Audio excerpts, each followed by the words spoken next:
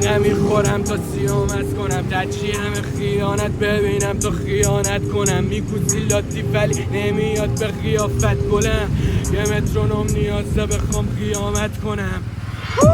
نمیبیننم تو روز خلافی یا خلافه، فقط میزنیم چوخوس یا با مایی فلاقه نداره کارت خلوص. شدن ازم کلافه ولی نمیدم بروز.